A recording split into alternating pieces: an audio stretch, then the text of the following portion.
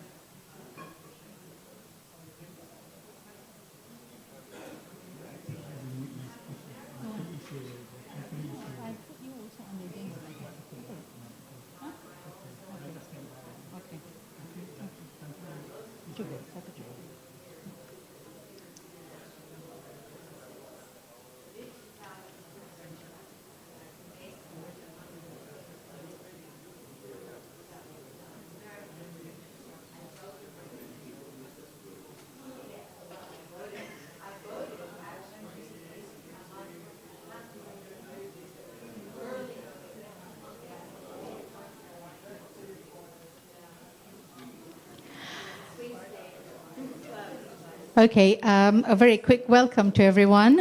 Good afternoon, everyone, once again. My name is Chitra, and I'm the Senior Manager of the Sales and Marketing Department here at Asia E University, and I'm honored to be your MC for today. So on behalf of the university, I'd like to extend a warm welcome to our Vice-Chancellor, Honorable Emeritus Professor Tan Sri Dato' Dr. Nick Mustafa, our Dean of School of Management, Professor Dr. Johari, our esteemed guest, the CEO of the Chartered Management Institute of UK, Ms. Anne Frank, and to each and every one of you for joining us on this very special event, the Tea Talk with the CEO, organized by the School of Management at AEU. A warm welcome also goes out to all our virtual audience joining us online. Thank you also for being with us today. Our theme, Sustainable Leadership, resonates deeply with the challenges and opportunities leaders face today. The session will offer valuable perspectives on sustainability and digital transformation in leadership. We're excited to bring together academia and industry in this forum, fostering insights that bridge academic learning with practical experience. As a leading institution in online and digital education, AEU remains committed to developing future business leaders through flexible and innovative approaches. Today's talk with our esteemed guest speaker exemplifies that commitment, offering first-hand exposure to the realities of leadership in a digitally transforming world. To officially begin our event, I would like now to invite our Vice-Chancellor, the Honorable Emeritus Professor Tan Sri Dato' Dr. Nick Mustafa, to deliver his welcoming speech.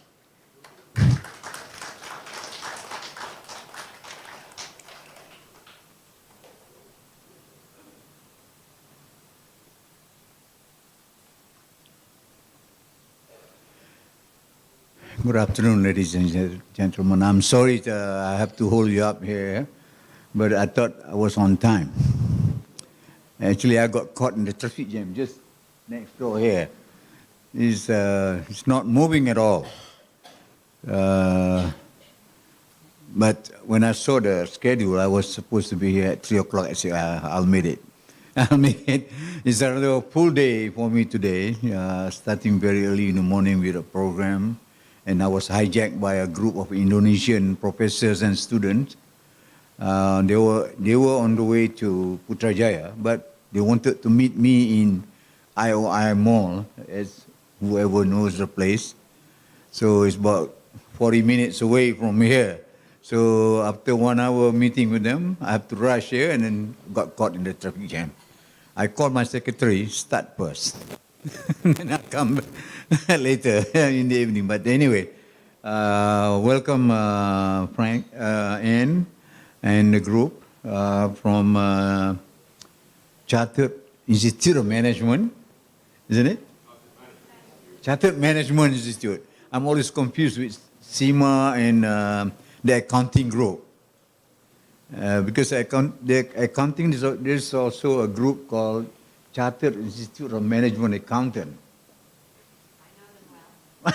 them well. So, but anyway, welcome to AAU. I'm not going to say much, Chitra. although you prepared a speech for me, because we want to listen from the expert on what the best practices, world best practices in management nowadays.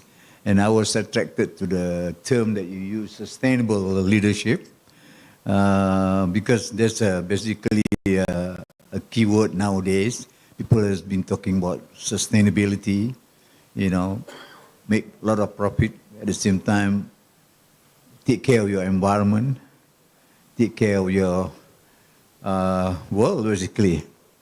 So when I was in school, I was never being exposed to the word sustainability leadership, never.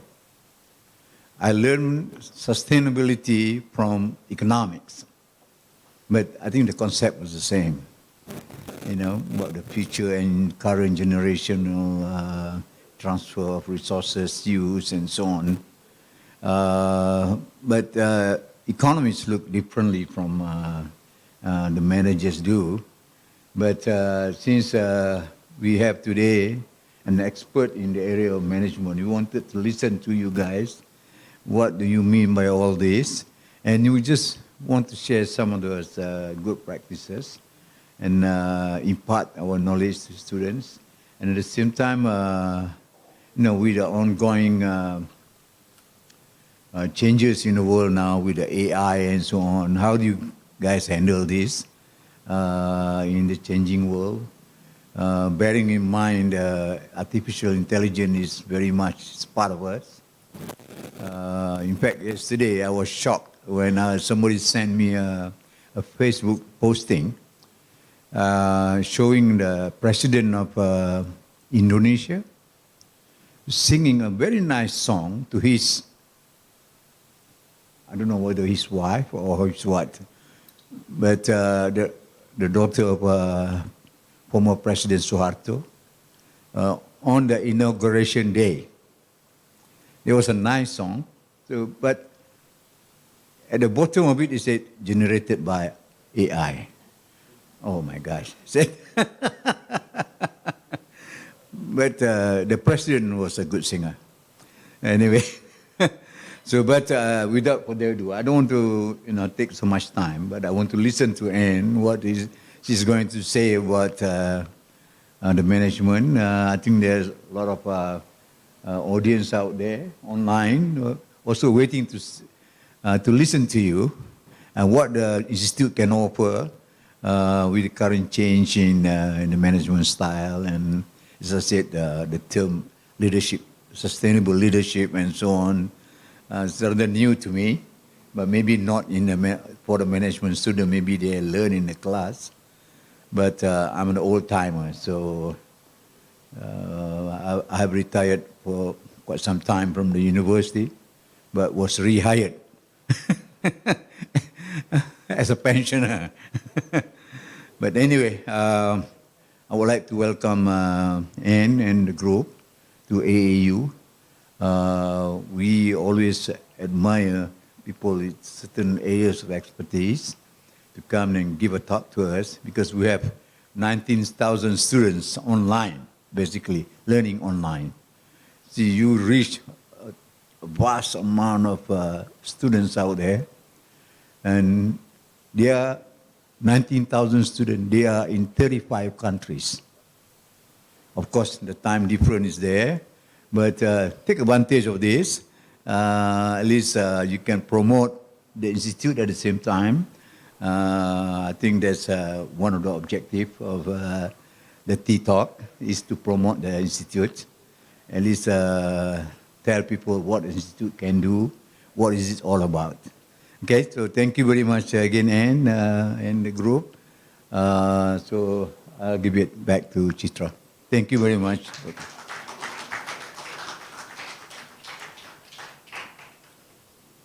Thank you, Tan Sri. I'm sorry about being bossy about writing a script for you. Now it's my honor to introduce our guest speaker, Ms. Anne Frank, the Chief Executive Officer of the Chartered Management Institute, CMI UK. Ms. Frank is a celebrated thought leader and advocate of excellence in management and leadership.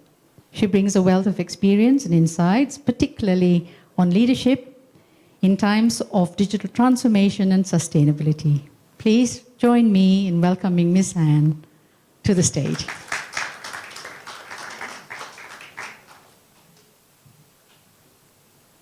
Thank you very much. I'm delighted to be here, and it's interesting because actually the fact that the Vice Chancellor came out of retirement means he has a sustainable career, right? So it's my great pleasure to be here. As said earlier, I'm the Chief Executive of the CMI. The other thing I really embrace is that what you said about combining best practices from industry with academia. This is very, very important to us at CMI, and it's reflected in our values and how we operate. Because actually, unless you can take your learning and knowledge and apply it in the real world to deliver impact, then you will not deliver excellence in management and leadership. So I think it's something that we both embrace and both share, and we're delighted to have AEU as our partner. So thank you very much for that. Now, that was the topic. But what I'd like to do is just start a little bit about telling you about CMI. So firstly, we are 77 years old. Just going to put my glasses on so I can see those slides. We are the only organization globally that can award chartered manager status. This comes to us via the Privy Council, so by virtue of our royal charter awarded to us by the late Queen. We've been around 77 years, so we're not new. So again, we are in that way also sustainable. And we were originally founded after the Second World War to help rebuild the United Kingdom through, again, best practices in management and leadership. Our basic mission is to create inclusive, confident leaders, and I'll come back to that because that's not something that's given. It is something that needs to be learned.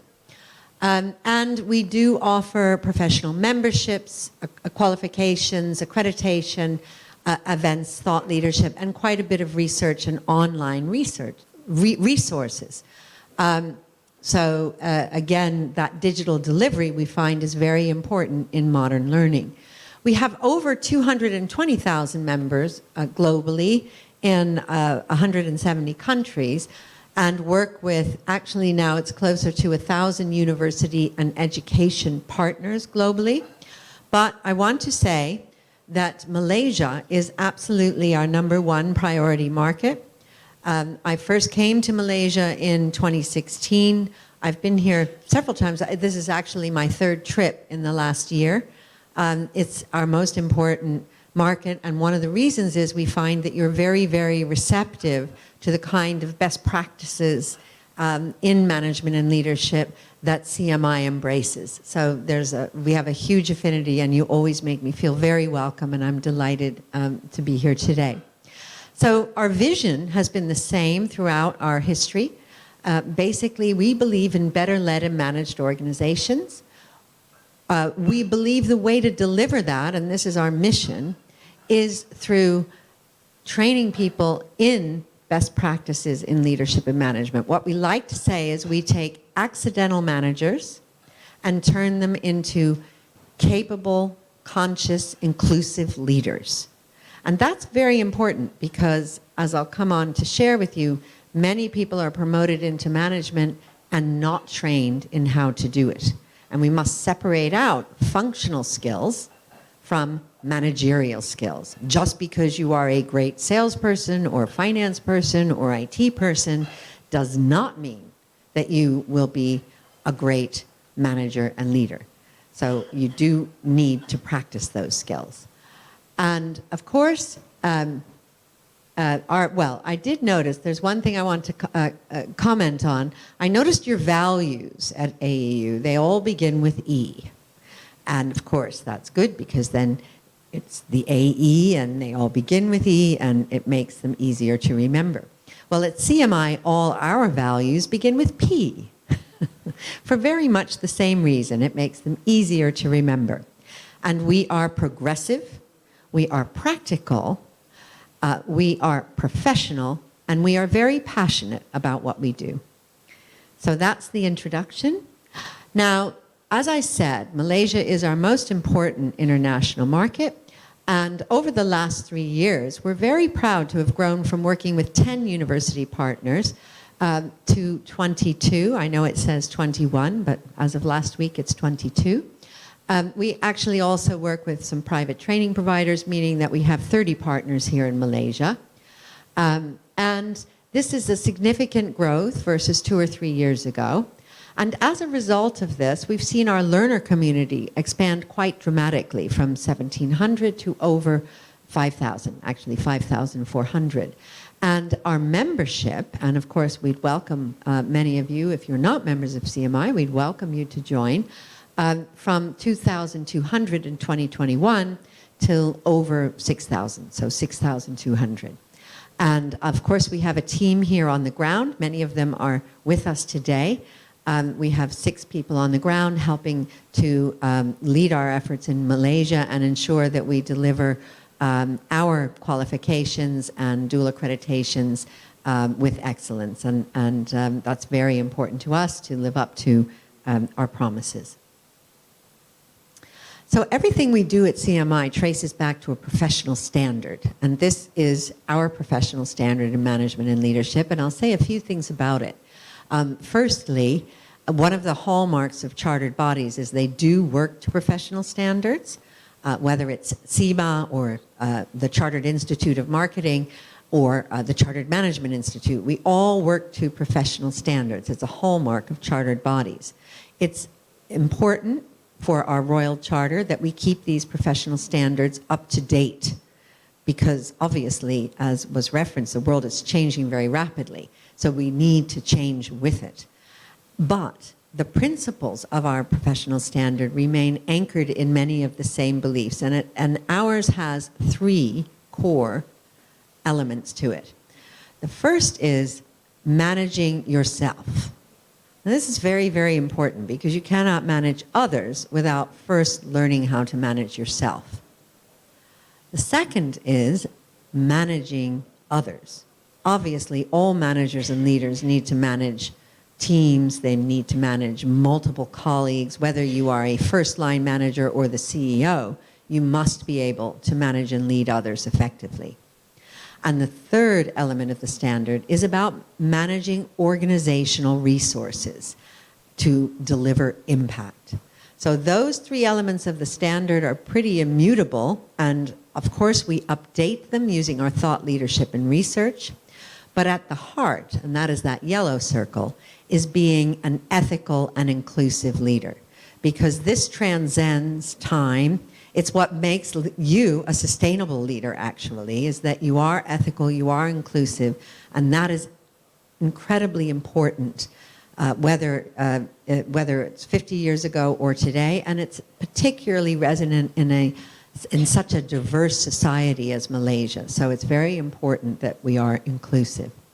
We do update this standard, and in fact, the latest edition has a lot about sustainability in it, and we are in the process of updating it with regards to AI as well, some of the things I'm going to share with you later. Again, how we use this standard will vary. A couple of ways we're currently using it in the UK, for example, is we're working with the UK Civil Service to create their version of this standard that they can roll out across all of their civil servant community to make sure that the UK Civil Service is impact-led, modern, and progressive. We're doing a similar exercise with the NHS in England, where again, we're working with them because we collaborate on standards, we don't impose them, and we work with our constituents to create what is their version of best practice. And one of the things about good management and leadership and managing and leading others is involving them in the process. So again, not imposing, but working collaboratively to produce modern and up-to-date standards. So it's very much at the core of what we do at CMI. So today's themes are actually very, very important. And as I said, we are updating our professional standards to reflect them. The fact of the matter is you actually cannot be a a sustainable leader, and you can't deliver transformations without doing some of these best practices. The first is you must be aware of the external environment, especially if you're going to be leading change and innovation. You have to use internal as well as external benchmarking. We are constantly assessing the impact of what we do, not just internally, but also externally. How does what we do impact productivity? How does what we do impact people's careers? What do our partners think of how we work with them? All of these things are very important.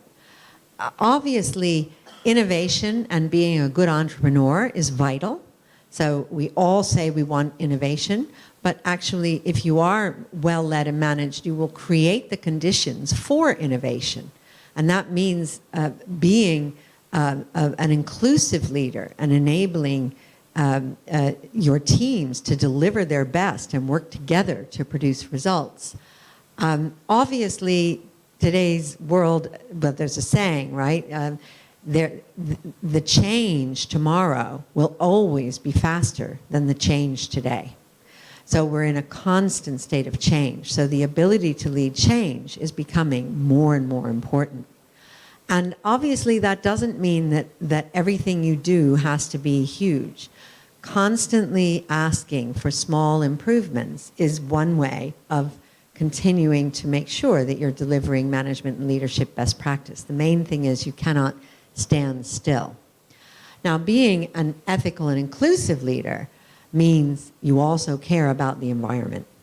And sustainability is a very important aspect of being an ethical, inclusive leader, as is embracing diversity in all its forms, whether religious, gender, whatever that is.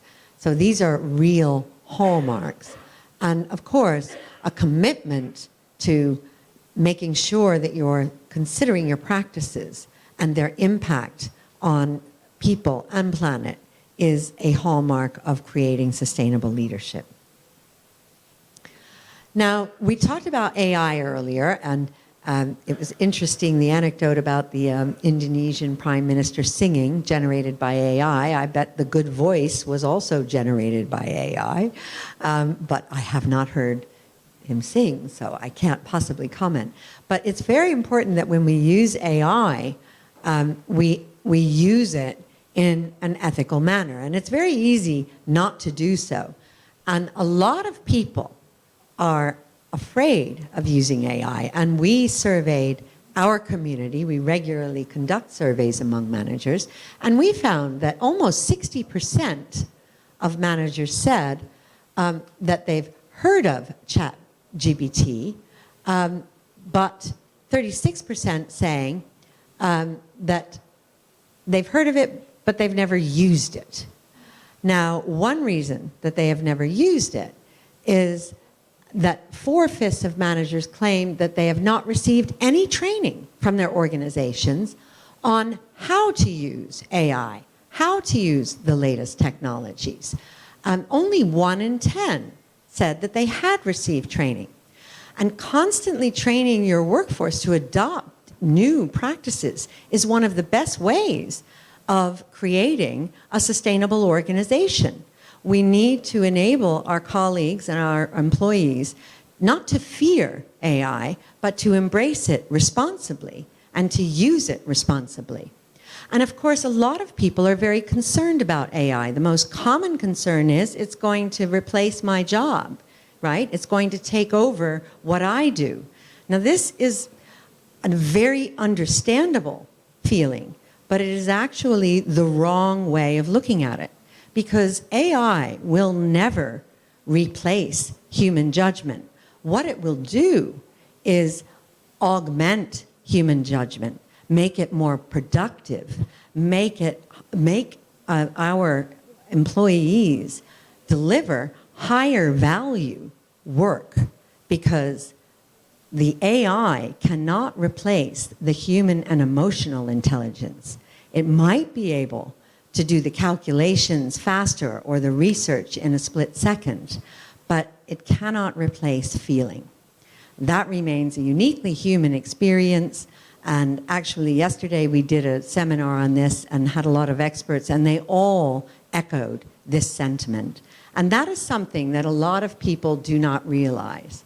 And in fact, almost half, 44%, said that they're afraid. They're afraid that it's going to take their job, or they're afraid that it will be used irresponsibly. And if used without guardrails, it will be used irresponsibly. So we must remember, it does not replace human judgment, it augments it. And that's why just asking ChatGPT to do your assignments or to research the legal aspects of your cases won't work, because AI gets it wrong sometimes. You know those hallucinations? You still need to take a look at what AI produces and put your unique stamp on it. And you also need to prompt AI. You need to ask the questions, and AI will give you those answers. And you know that old saying, garbage in, garbage out. Well, if you don't ask the AI the right questions, you absolutely will not get the right answers. And the other thing about AI is we have to remember it has built-in biases. A lot of AI is generated by people who perhaps don't fully reflect the diversity of the population. And there was a very interesting experiment done where a group of researchers asked AI, well, you know, come up with a CEO, come up with a primary school teacher, come up with a poor person, come up with a wealthy person. And of course, what was generated in that were a bunch of stereotypes, right? So the AI chose individuals that were in people's minds as, you know, oh, a CEO can only look this way. You know, it has to be a man, it has to be, you know, somebody wearing a suit. Now that may be true, but in today's world, it's a lot more diverse than that. And similarly, with the school teacher, it came up with a woman who was looked a certain way. And actually, in today's world, we have more diversity. Now, you could argue, and you wouldn't be wrong, that we still need more male primary school teachers and more female CEOs. But it's important to remember the bias that AI has. And that bias is built in. And so what we also need to do is make sure, as we expand the use of AI, that we appreciate and understand and address these inherent biases. Now, AI is the latest in digital skills, but actually there are a lot of other digital skills that need improving. And in our research, once again, we have found that 85% of managers think their own digital skills could be improved. And again, this is something that we need to make sure that we're training people in. 10% said they only have basic knowledge, such as of things like using calendars, and about a quarter said that they use basic tools, whether that's Google Drive or Google Docs, and yet these tools can greatly enhance our productivity. For a remote learning institution such as yours, they make a huge difference. If you can have students sharing and collaborating using a Google Doc, you will get much better results, you will get better collaborations, you can do teamwork in a remote environment. And it's so much easier than constantly emailing back and forth and what change did you make or what change didn't you make. So again, enabling people to do this is a vital skill in today's management leadership. And yet, only 17% of those we asked said that their organization had a digital strategy. And one thing I would also add is that here's where multi-generational working comes into its own, because we have currently 5 generations in the workplace. People are working for longer, and young people are coming into work. And what that in effect means is that we have 5 different generations all working at the same time. Now the younger generations are digital natives. They don't know a time where they didn't have smartphones and iPhones and TikTok and Instagram. And they're experts at it. And so one of the best ways of increasing digital skills in your organization amongst generations is reverse mentoring. It's something we do at CMI. You pair the younger generation with the older generation, and they share their digital skills knowledge. And, you know, how many of you have asked your kids when you don't know something, gee, you know, how do you use this? Can you show me how to use this? Well, the same is true in the workplace. And younger people are very good at showing their older generations how these tools can help be productive. But the relationship is two-way. And younger people benefit enormously from the wisdom and experience of older people in the workplace, because they have seen it, they've done it, they have their lived experience, and they can share that with young people. So one of the things we greatly encourage at CMI is reverse mentoring. It improves everybody's digital skills, but at the same time, it enables the older generations to impart true wisdom and experience to their younger colleagues and help give them that guidance and confidence that so many younger people still need.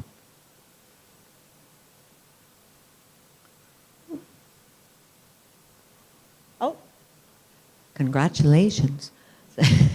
Thank you. I think, yes. Okay. Now let's talk a little bit about green skills, sustainability. So basically, less than half of the managers we asked said that they're currently using green skills as part of their role. It's really not an essential part of what they're doing now. And in fact, 95% thought it should be, but it's not. And only 1 in 5, about 22%, said that it's even on their organization's radar as a priority. The vast majority said it's not. So 80% said it's not on the radar of my organization, although over 90% felt it should be. So clearly, this is something that is very, very important. But again, it's not something that we're incorporating enough into our management practices, although people want us to. It's very much like AI. They would like to know how to use it, but they don't know how. And so it's incumbent upon us as best practice leaders to ensure that we are investing in and training our workforces and ourselves in these modern management phenomena, AI, digital skills, green skills. Very important on all counts. And I would add actually inclusivity and hybrid working to that, because there are many modern management practices. We assume people know what they're doing, but often they do not. And the way to sum this up is, whether it's AI, whether it's green skills, whether it's digital skills, managers know they need these skills. It's not like they don't recognize they're important. They want to be able to master them. They want to be able to show competence and leadership in these areas. But the support from their own organizations can indeed be patchy. And they don't have the confidence without that support to know what they're doing. And when we're not confident, the typical response is, we don't do it. But this is where CMI comes in. So what we are trying to do always is encourage managers and leaders to consistently better their skills, to embrace new areas, to master the art and science of best practice. And what we know, and what the research shows us, is that when we do this, when we train people in these skills, in management and leadership, they are much more likely to want to embrace these new challenges. They're much more likely to embrace digital skills. They're more likely to be more inclusive of diverse talent pools. They're more likely to know how they might use AI responsibly, and to start thinking about how sustainable practices can impact management and leadership in their own organizations. Now, recently, we did some research in Malaysia amongst that learner community I mentioned to you earlier. And we found that not only are CMI students satisfied with what they're learning. And I had a wonderful anecdote from somebody whose son did a CMI course which helped him to bridge the gap and get into a good university. So I thought I'd share that with you. But it's also important that 75%, or 3 in 4, said our resources played an important role in encouraging them. And we do have a vast library of online resources, and it helps to train individuals and teams and organizations as to how to do these things, how to get the best from these various skill areas. Furthermore, we looked at our partners, of which you are one, and we're very proud to work with you. And we found that 9 out of 10 of our partners in the higher education space felt that it helped to enhance their students' employability, and that chartered manager status in particular would get students better jobs, as well as helping them to further their own career development. And what I would say, that's research we undertook in Malaysia. We've undertaken research in the UK which bears this out. So for example, we know that on average, the chartered managers in the UK deliver about £300,000 of value back to their organizations over the course of 5 years. And each chartered manager adds about just over £20,000 of GVA, so it's boosting the productivity of the economy. So chartered managers are contributing not only to their own organizations, they're contributing to the wider productivity of the economy. We also know that they're contributing to their own skills and development, because they tell us that when they are chartered, they gain the 2 vital foundations of excellence in management and leadership, which are self-awareness and self-confidence. And neither of those are given. We do need to know, as managers and leaders, how our own behavior impacts others. That's self-awareness. We have to have that emotional as well as social intelligence. And in an increasingly digital world and in an AI world, those skills become ever more important. And chartered managers excel in developing those skills. So we were delighted to know that the research that we've done in the UK on the impact of chartered managers was echoed by the chartered managers that we asked in Malaysia. And here's again some of that evidence. 100% said they're better at thinking clearly through times of uncertainty. 73% said they're better at leading and managing change.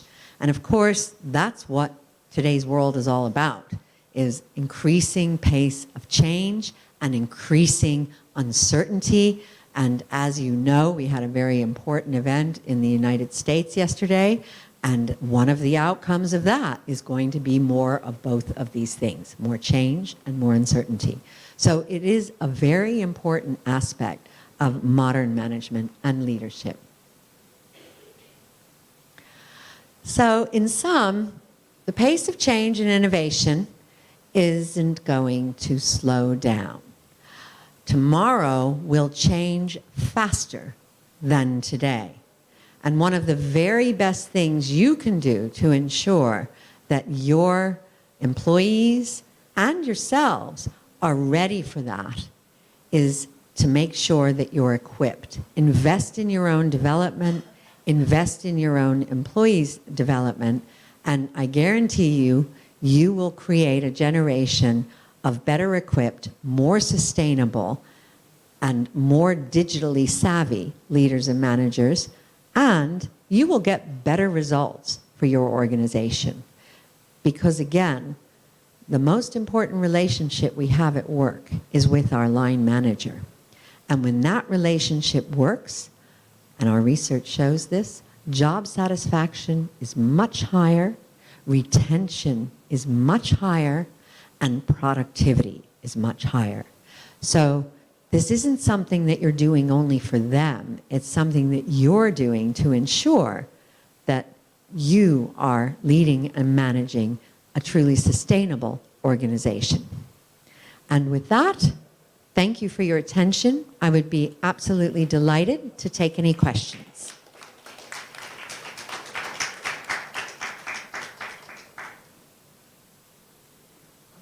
If there are any questions.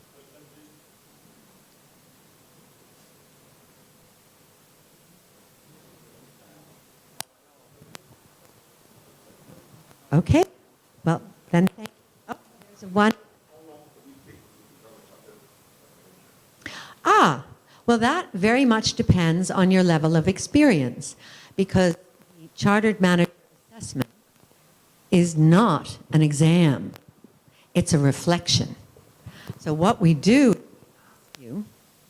ask you to provide examples of your own management and leadership approach. We ask you to provide a specific example. What did you do? How did you do it? What was the impact? What did you learn? What would you do differently? So it's a very reflective assessment. And there are varying ways of doing that. And given that many of you in the room are highly experienced, you already have that experience. And so what we can do is help to capture it, and then you can become chartered. And with people at your advanced level, when you're working at a CMI level 7 or indeed level 8, we can embed the chartered experience so that when you finish your CMI qualification, the assessment for chartered is part of that qualification, and it becomes automatic, so it's fast-tracked. And I think for many of you who are so experienced, and many of your students, it would be automatic. So it's not a test, it's not an exam, because let's face it, how well you did on an exam does not say how great a leader or manager you are. What matters in leadership and management is your practical applied experience. And what's great about the Chartered Manager Assessment is it makes even senior leaders, such as many of you, and indeed myself, when I did my Chartered Management Assessment, we often don't take the time to pause and reflect because we're so busy managing and leading others, you know, very busy days, as the Vice Chancellor was describing. And taking a step back and thinking about how do we do things, why do we do it that way, what have we learned, what was the impact, is extraordinarily healthy. And it goes back to one of those foundations I mentioned about self-awareness. And indeed, actually, even for very experienced managers, it does boost your self-confidence to think, you know, I did that. I can be proud of that. So it's not a lot of time, but it is, as I've shown in some of the charts, a very, very big impact. Thank you.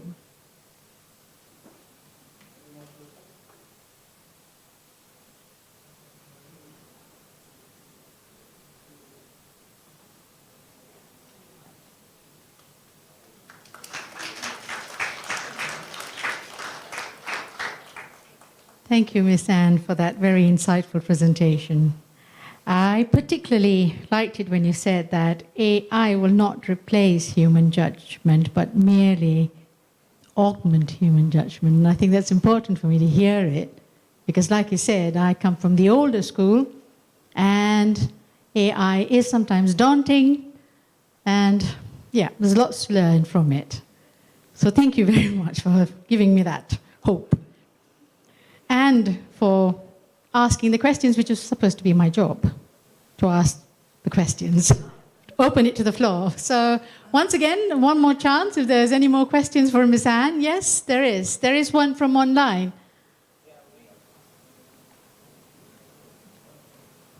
Yeah, we have question from the Facebook, our Facebook account. How do chartered management ensure performance metric results and KPI achievements of employees and organization? Did you get that? Okay. Thank you. So this happens in two ways. The first way is in the assessment itself, because as I said, you have to demonstrate your practical impact and the KPIs that you met and the results and the difference it made to your organization. And of course, it has to be relevant right? If you achieve some stuff, but it's not stuff that was important to the organization, you will not get chartered because it doesn't matter. It doesn't make a difference. So the first way we monitor that is by the assessment itself. The second way, which is equally as important, chartered managers believe that you never stop learning. And in order to remain chartered, you have to undertake continuous professional development, and you have to log it.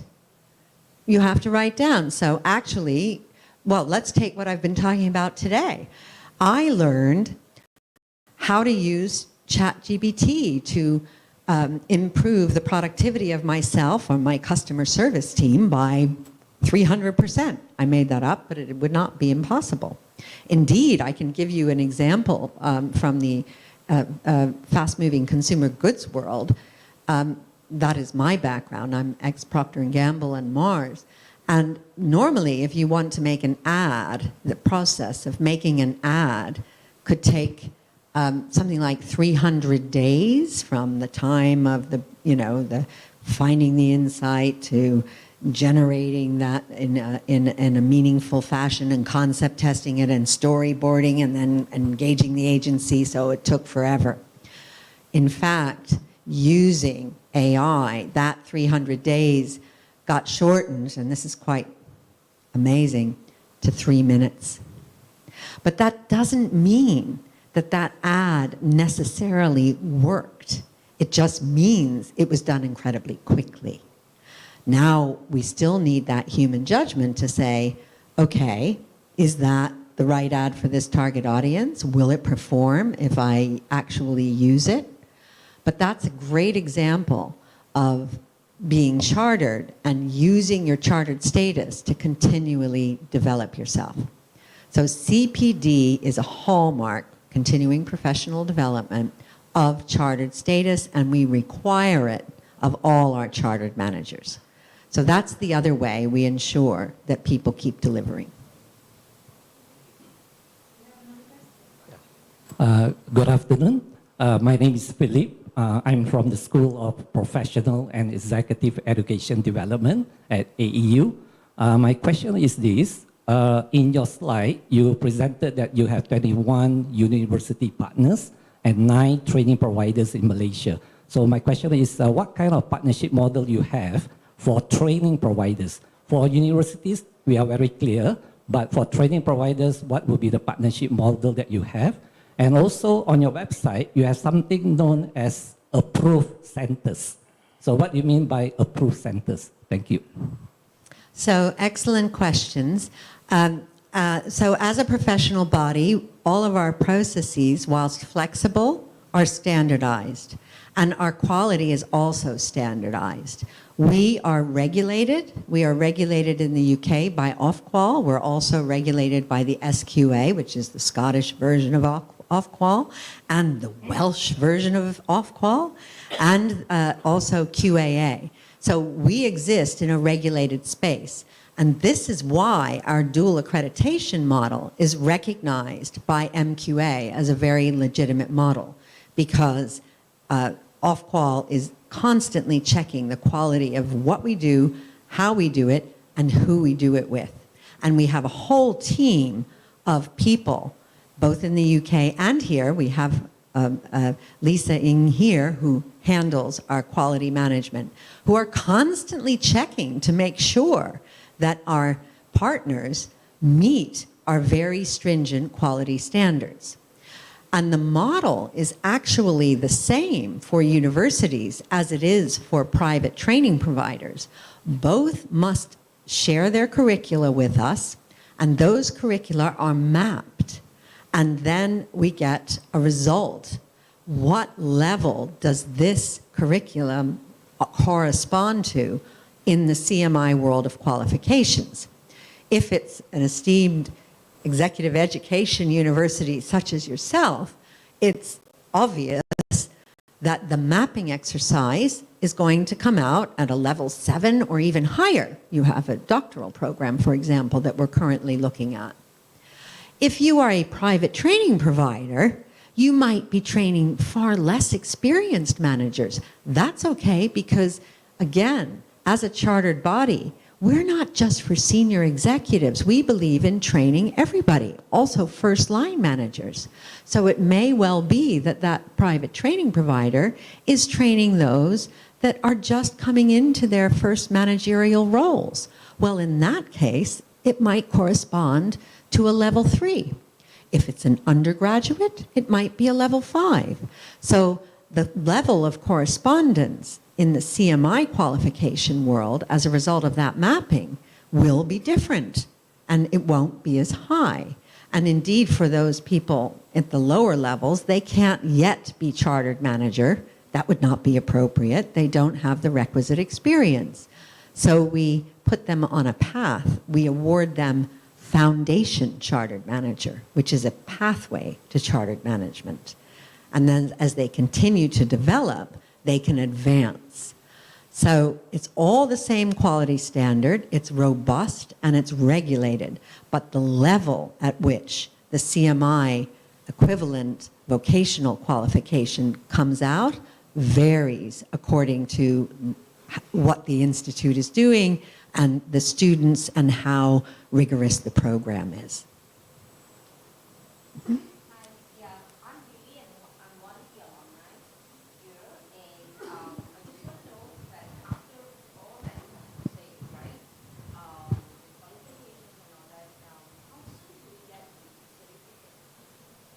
I'm going to turn to my colleagues because they are responsible for getting you your certificate. So how soon, Debbie or Goldie, will Lily get her certificate?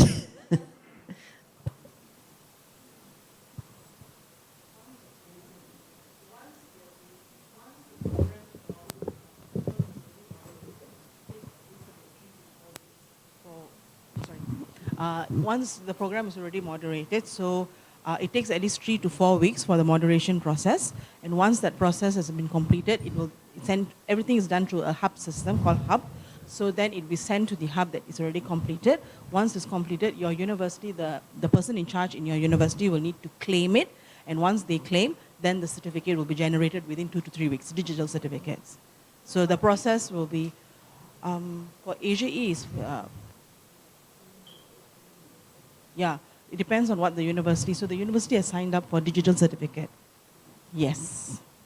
So if you need a physical certificate, there will be an extra cost to it. Yes.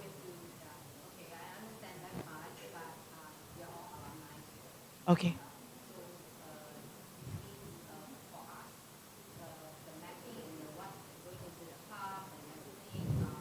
You will not be. No, you don't need to do it. That's the person in charge in your university. They will be doing it. So the certificate will just be generated to your individual email addresses. Yes.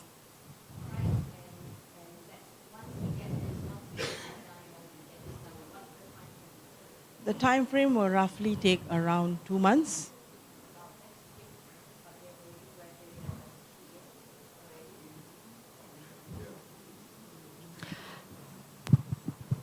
Yeah, so you did a master's, I take it? Yeah, so what we'll have to do is we'll have to speak to someone at AEU because you graduated 2 years ago. As long as the program has not been changed, the one that we've actually mapped, then we can try and arrange to, certificate you.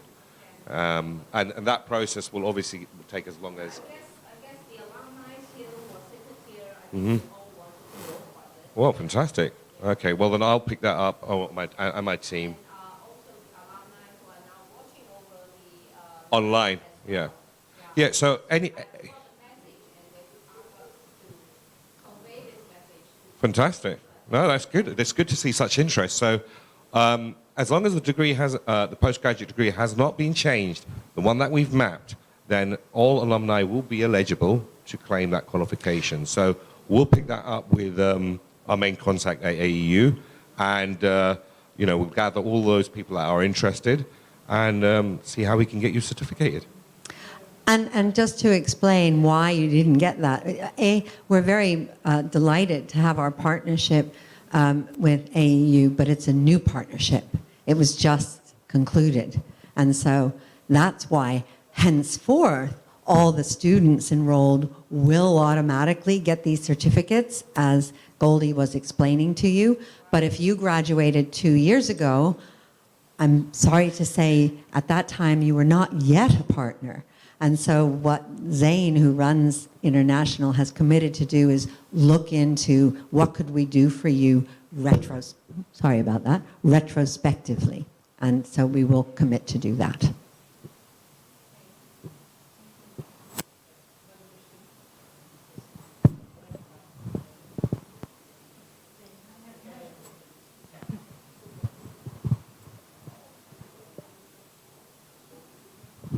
Hi, I'm Zainuddin, a student, a DBA student.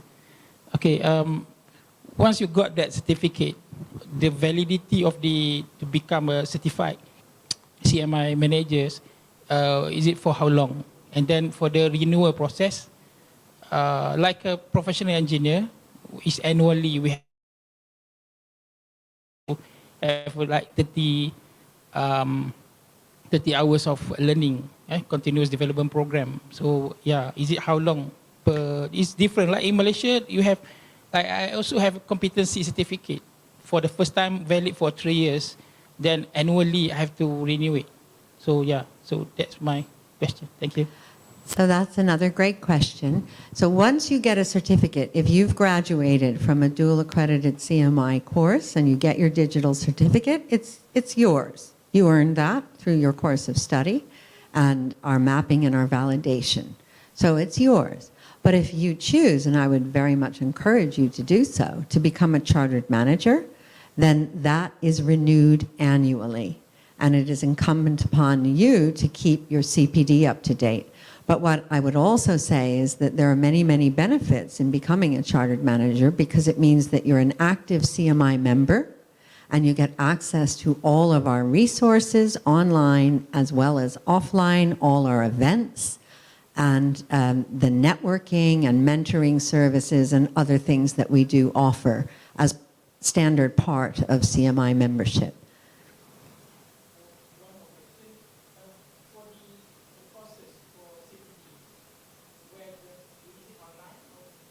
Yes. It is online, so you have your own, when you're a member, you have your own CMI account, and that's just yours. You have your individual membership number. We have, for example, also a diagnostic tool, which is incredibly useful. So if you want to know, how am I developing my management and leadership skills, you can take our diagnostic test. It's obviously different for somebody at a low level, a level 3, than it would be for yourselves at a level 7. So you would take it at the level 7 and you would perhaps learn, oh, I need to improve my communication skills or my change management skills. It would then give you resources tailored on how to do that. So it would generate, you know, here's 3 simple videos or quizzes or self-reflections or articles that you can read to enhance your change management skills. And you log that you've done that, and then once you've done that, you retake the diagnostic tool and you can actually see the increment of your improvement, and it'll tell you that. So we do give you online tools to constantly enhance your management and leadership capabilities. And that's all part of making the CPD an intrinsic part of your chartered status and indeed of being a member of CMI, because that tool is open to all members of CMI. Of course. Right. We have one more question from our LinkedIn platform. From TS Selfie Omar. What valuable knowledge and practical tools can you expect to gain from this CMI to strengthen your leadership skills and drive sustainable success in rapidly evolving professional landscape?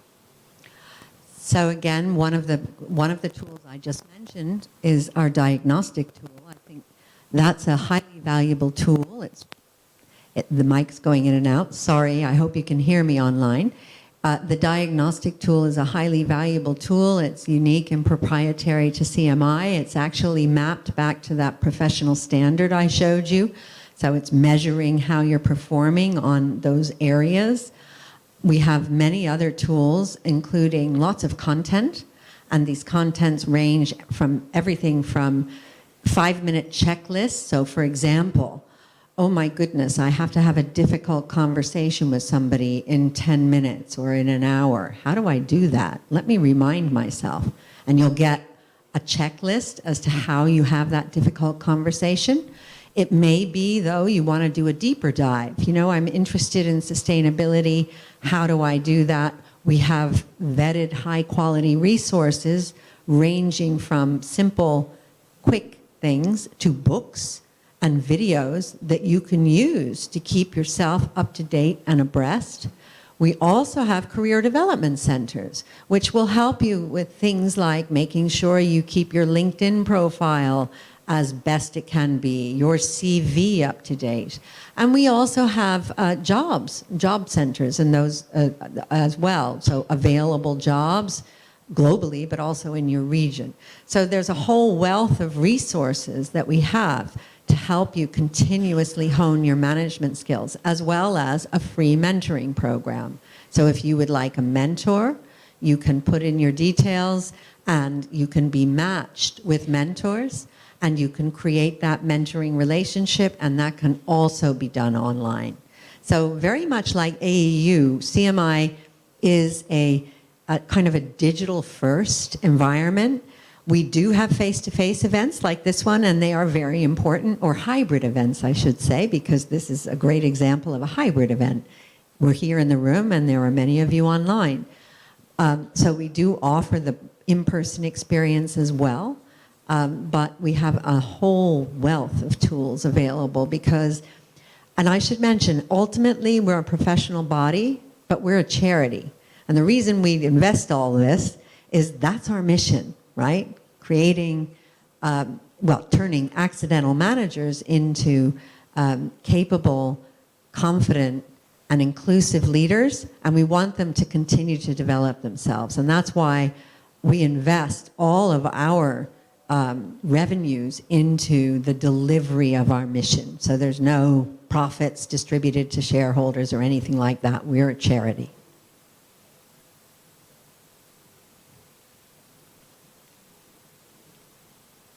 Thank you very much for your questions.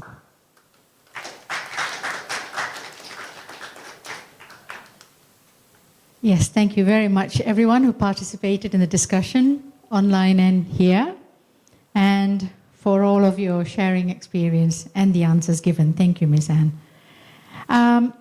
At this point, I'd like to present a token of appreciation to Ms. Frank for her time and for the invaluable insights. Could I please invite Tansri and Ms. Ang to the stage?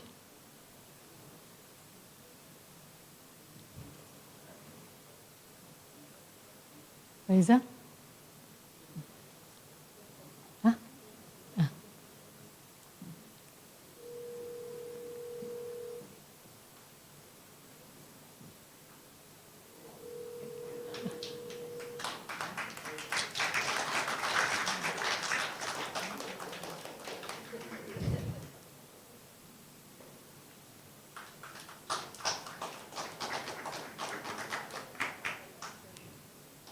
Thank you. So we have come to the end of our event, Tea Talk with the CEO. And thank you once again, everyone who joined us today. And thank you especially to Ms. Anne Frank for coming and being a part of this very important event for us. So we now invite all of you to stay back and have a little bit of tea or coffee and some bites. On